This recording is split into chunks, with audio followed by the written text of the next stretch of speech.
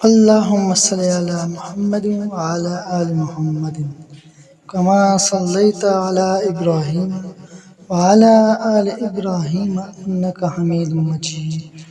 اللهم بارك على محمد وعلى آل محمد كما باركت على إبراهيم وعلى آل إبراهيم إنك حميد مجيد. تمام دیکھنے اور سننے والوں کو السلام علیکم۔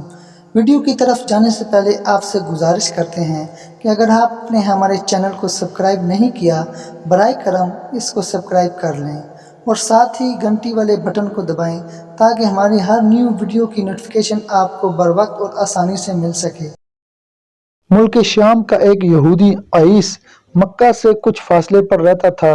وہ جب بھی کسی کام سے مکہ آتا، وہاں کے لوگوں سے ملتا تو ان سے کہتا، بہت قریب کے زمانے میں تمہارے درمیان ایک بچہ پیدا ہوگا، سارا عرب اس کے راستے پر چلے گا، اس کے سامنے ذلیل اور پست ہو جائے گا، وہ عجم اور اس کے شہروں کا بھی مالک ہو جائے گا۔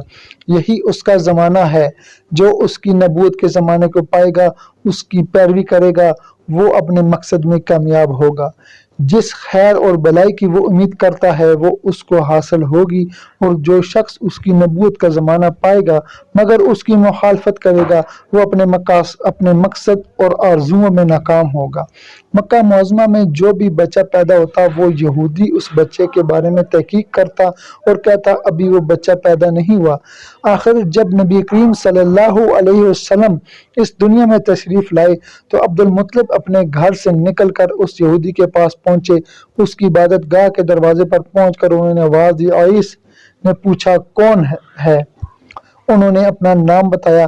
پھر اس سے پوچھا، تم اس بچے کے بارے میں کیا کہتے ہو؟ اس نے انہیں دیکھا پھر بولا، ہاں، تم ہی اس کے باپ ہو سکتے ہو۔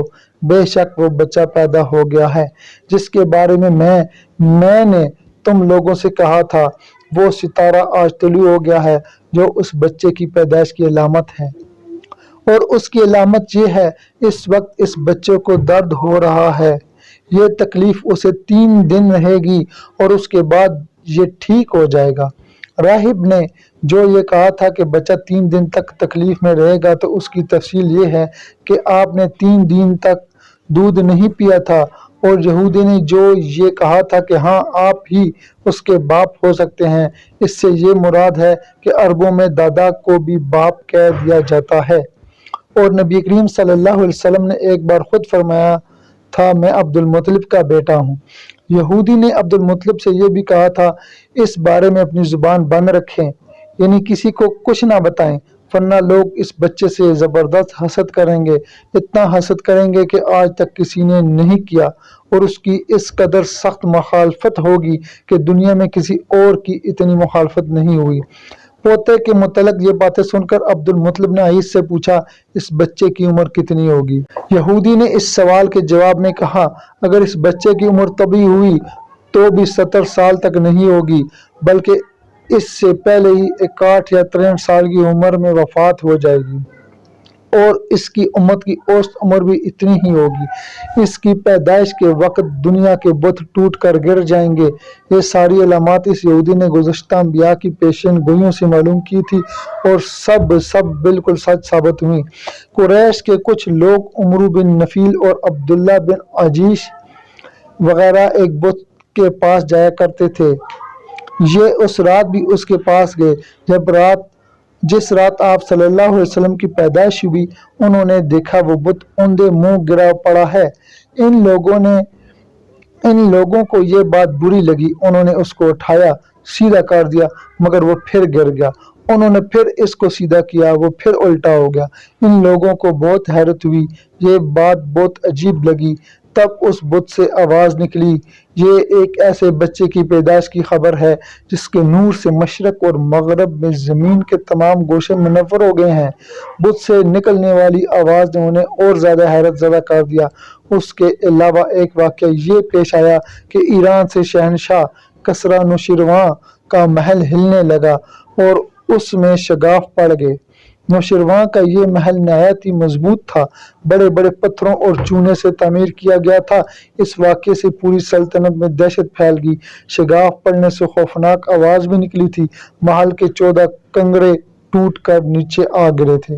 آپ کی پیدائش پر ایک واقعہ یہ بھی پیش آیا کہ فارس کے تمام آتش کدوں کی وہ آگ بجھ گئی جس کی وہ لوگ پوجا کرتے تھے اور اس کو بجھنے نہیں دیتے تھے، لیکن اس رات میں ایک ہی وقت میں تمام کے تمام آتش کدوں کی آگ آنن فانن بجھ گئی۔ آگ کے پوجنے والوں میں رونا پیٹنا مچ گیا۔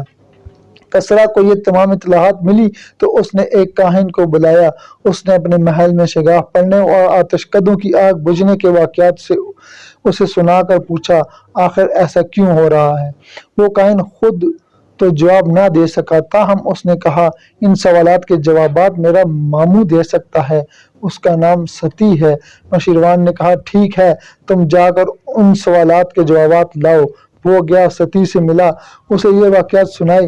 اس نے سن کر کہا، ایک عصا والے نبی ظاہر ہوں گے جو عرب اور شام پر چھا جائیں گے اور جو کچھ ہونے والا ہے ہو کر رہے گا۔ اس نے یہ جواب کسریٰ کو دیا۔ اس وقت تک کسریٰ نے دوسرے کاہنوں سے بھی معلومات حاصل کر لی تھی، چنانچہ یہ سن کر اس نے کہا، تب پھر ابھی وہ وقت آنے میں دیر ہے، یعنی ان کا غلبہ میرے بعد ہوگا۔ پیدائش کے 7ویں دن عبد المطلب نے آپ کا عقیقہ کیا اور نام محمد رکھا۔ عربوں میں اس سے پہلے یہ نام کسی کا نہیں رکھا گیا تھا۔ قریش کو یہ نام عجیب سا لگا، چنانچہ سب لوگوں نے عبد المطلب سے کہا، اے عبد المطلب، کیا وجہ ہے تم نے اس بچے کا نام اس کے باپ دادا کے نام پر نہیں رکھا بلکہ محمد رکھا، اور یہ نام نہ تمہارے باپ دادا میں سے کسی کا ہے اور نہ تمہاری قوم میں سے کسی کا ہے؟ عبد المطلب نے انہیں جواب دیا، میری تمنا ہے کہ آسمانوں میں سے اللہ تعالیٰ اس بچے کی تعریف فرمائے اور زمین پر لوگ اس کی تعریف کریں۔ محمد کی معنی ہے جس کی بہت زیادہ تعریف کی جائے۔ اسی طرح والدہ کی طرف سے آپ کا نام احمد رکھا گیا۔ احمد نام بھی اس سے پہلے کسی کا نہیں رکھا گیا تھا۔ مطلب یہ کہ ان دونوں ناموں کی اللہ تعالیٰ نے حفاظت کی اور کوئی بھی یہ نام نہ رکھ سکا۔ احمد کا مطلب ہے سب سے زیادہ تعریف کرنے والا۔ علامہ سہیلی نے لکھا ہے، آپ احمد پہلے ہیں اور محمد بعد میں، یعنی آپ کی تعریف دوسروں نے بعد میں کی، اور اس سے پہلے آپ کی شان یہ ہے کہ آپ اللہ تعالیٰ کی سب سے زیادہ حمد و ثنا کرنے والے ہیں۔ پرانی کتابوں میں آپ کا نام احمد ذکر کیا گیا ہے۔ اپنی والدہ کے بعد آپ نے سب سے پہلے صوبیہ کا دودھ پیا۔ صوبیہ نبی کریم صلی اللہ علیہ وسلم کے چچا ابو لہب کی باندی تھی، ان کو ابو لہب نے آپ کی پیدائش کی خوشی میں آزاد کر دیا تھا۔ صوبیہ نے آپ کو چند دن تک دودھ پلایا۔ انہی دنوں صوبیہ کے ہاں اپنا بیٹا پیدا ہوا تھا۔ آپ کی والدہ نے آپ کو صرف 9 دن تک دودھ پلایا، ان کے بعد صوبیہ نے پلایا۔ پھر دودھ پلانے کی باری حضرت علیمہ سعدیہ رضی اللہ عنہا کی آئی۔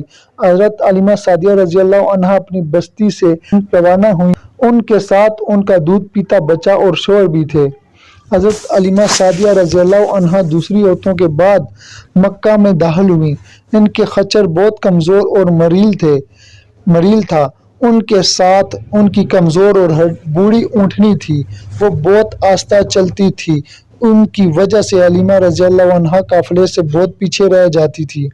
اس وقت بھی ایسا ہی ہوا، وہ سب سے آخر میں مکہ میں داخل ہوئیں۔